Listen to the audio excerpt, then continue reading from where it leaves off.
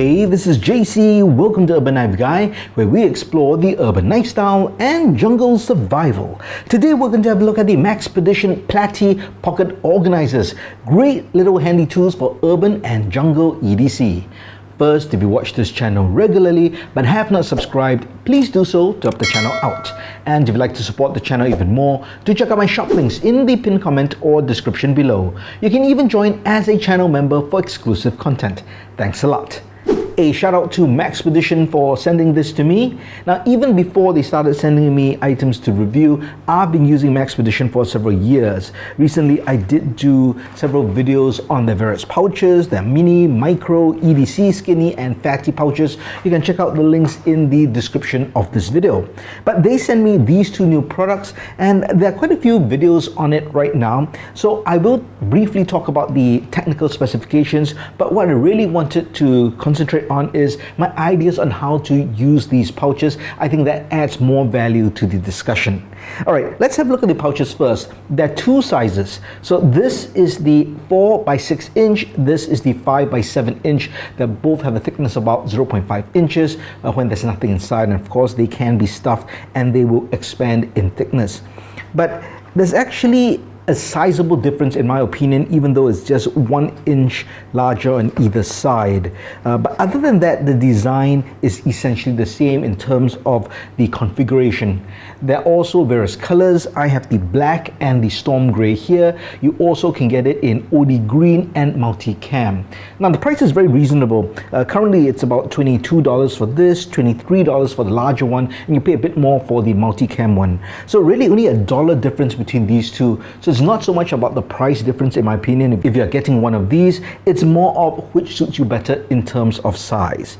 All right, so this is the smaller one. I'll just use that as a reference. Let's have a look at the front first. You do have one large pouch over here, and then you have two slots over here, and then you do have some elastic band, just like that. Now you notice the bands don't actually correspond with the pouches. And I guess it's for you to clip various things, or if, for example, if you had a pen, I guess if you put it in here and you really want it to be secure, you'd slot it in through here and then through here. So I think that makes sense in terms of different configurations. Now on this side, they do provide you this very robust lanyard.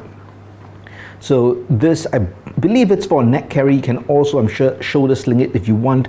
Personally, for me, for this sort of pouch, I do not use a sling like that. I would either keep it in a pocket, in a bag, or maybe I might even clip it. And that's where this top nylon strap comes in. So you could use a carabiner like that, that can go onto your bag. If you want something smaller, I guess something like an S-biner will work as well. So these are just two ways you could secure this or clip it to your pack, or maybe even a pouch or waist band. Right, so this is that pocket. Now on the other side, you have two smaller pockets. Very slim, mainly I guess for pens, flashlights, maybe even a bellowing tube, those that expand out for fire making, that goes inside there. So just a few things you can slot in here, and then you have kind of the main pouch, which opens up like that. Now I've heard some people say they would have preferred if the zip might be on the other side. Now I can see the rationale for both actually. When you have something here, you have more of a traditional opening like a wallet, and you can grab things out. But because as it gets bigger, it might be harder to dig things out, especially after you have put items in the front, especially the hard items. You'd find actually when you open it up, it's harder to reach inside. So that center split actually allows you to access the items actually much easier. And I'll give you some ideas of how to prevent spillage in just a bit.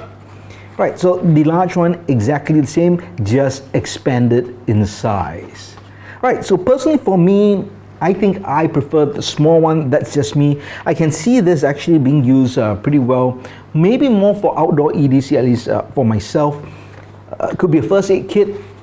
You definitely could put first aid dressings, large gauze pads inside here, and then you could put various tubes of medication over here as well, and then you can take all your loose different bandages or even edibles and oral medication and just put it in there. So I think something like that could work as a good first aid kit as well if you want.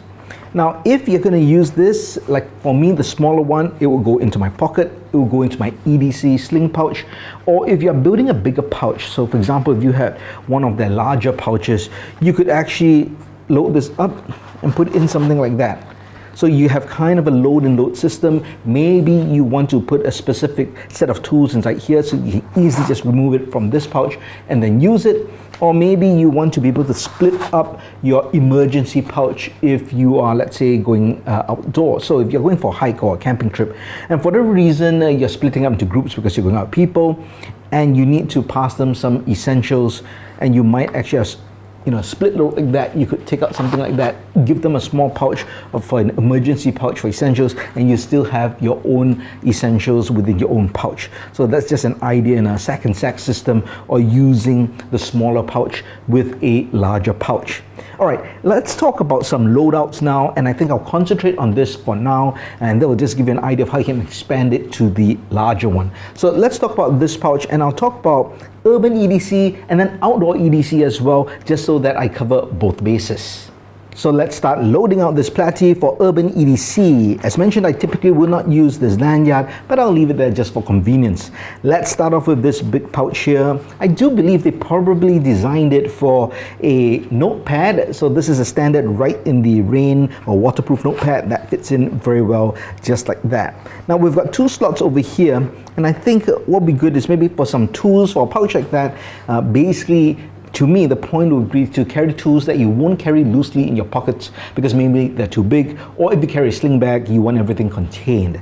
So let's get a Leatherman, and I purposely use a larger Leatherman just to show that it can fit inside. So this is the 3P4, so the arc would fit inside, and I'm sure the larger ones would all fit inside. So that fits there, and you can even clip, if there's a pocket clip for your Leatherman, that will go on there. Now for this side, why not? The Knipex Cobra XS that goes in, and that fits in very nicely as well, and very snug as well. Now on the other side, remember we have two pockets which are very shallow. Since we have a notepad, it makes sense to have a pen. So I've got a tactical pen over there, and then here a flashlight. So this is a AAA size flashlight. You could put a AA as well, not a problem. As you can see, there's lots of space. It can go all the way in. Right, so that's nice and loaded out, but everything is very snug and very neat. Now we come to the center compartment with the zip. Now the good thing is when you do load it out with items, especially if you take a pen or a flashlight on either side, it actually creates that natural space inside, which is nice. So what I would recommend, if you're loading this out, especially if you're using tools and you're carrying all sorts of small items, I suggest you do a sack and sack system or container in container system, meaning don't just put loose items. If you're carrying paper clips, matches, or safety pins, put it in another container and put it inside. And a container could be as simple as a Ziploc bag. And the reason is you do not want everything spilling out when you open it up. So let's just have some items over here that are prepared that make sense for my loadout. So since I'm having that Leatherman free P4, I do have an adapter as well as a bit kit. Now yes, this I admit is a loose light item, so I would actually put it in right here at the base so I know it's there, so it's not gonna fall out when I open it, because if I do open it, no chance am I gonna hold this upside down, open it. It'll make sense to always do it this way and open downwards, and that small adapter is always in this corner, so I won't lose it and it will not fall out. And then I'll just put that on top just like that. Right, so now I have space elsewhere for other things. So let's say we have some duct tape, so it's just roll of duct tape that can go, I guess that can go on the side over here. And then as mentioned, if you're carrying loose items, you might consider putting them in a container like that.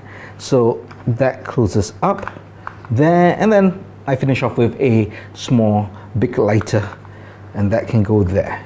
And that closes up. And even if I have to open it out, you see, things won't really fall out, or they're large enough such that I can kind of catch them when they open up. And I would not generally want to overstuff. This would be the max I want to go, but I do have a whole bunch of EDC essential tools that I might need depending on the activities for that day. So this is an example of how I would load it out for urban EDC. Let me know how you would load out yours, and of course it's really based on your activities and the tool sets that you need. Well, let me show you how I load this out for outdoor EDC. Alright, once again we start off with the empty Platy. Now I'm sticking to the small size because that's the size I personally like. And for outdoor EDC, and in my case specifically jungle EDC, because I am in the tropical jungle in this part of the world, I thought actually the way this is configured is perfect for a fire kit. Alright, let me show you what I mean. So for the front over here, I could put pieces of fat wood. Always great to put fat wood in your fire kit.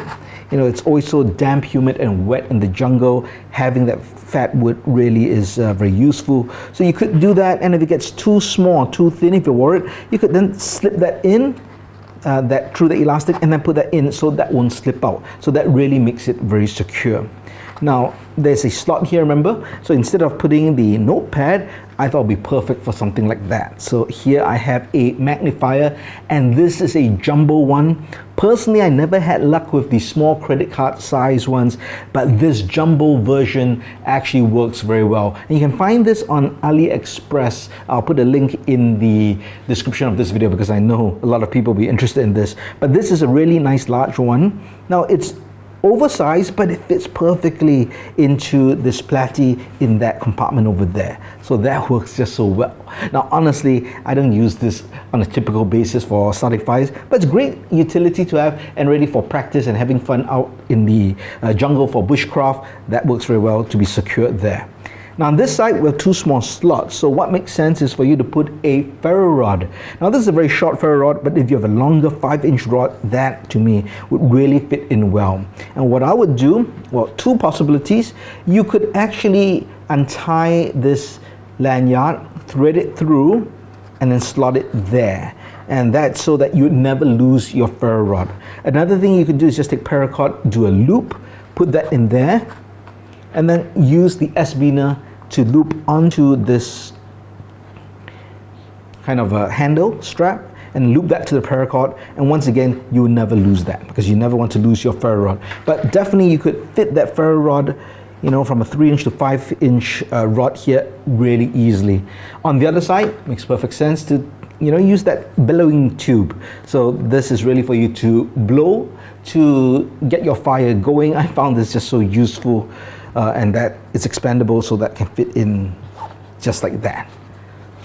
So really nice kitted out just like that. And then on the inside, now the material for this is 500D. It is basically water resistant, and that's great. That's where you put your tinder material. So I would still pack my tinder in waterproof Ziploc bags like that. I've got wax jute. I have cotton infused with petroleum jelly. I've got some matches as well. Of course, you can put a lighter, so that goes in here. You can fit all that in based on your needs. Of course, if you want to use char cloth, that's entirely up to you. Basically, whatever your personal loadout or fire kit items are for you to start your fire in your environment, that's how you load it out. So something like that really makes sense for a fire kit, so I can see the value for that. Well, there you have it. I hope you enjoyed these ideas for the Maxpedition Platy Pocket Organisers. Let me know your thoughts. How would you load these out, and what would you use them for? Outdoor or urban EDC? Let me know your thoughts in the comments below. If you liked the video, please give it a thumbs up, and if you like the content in general, please subscribe to the channel and hit that notification bell. Thanks for watching. Talk to you soon.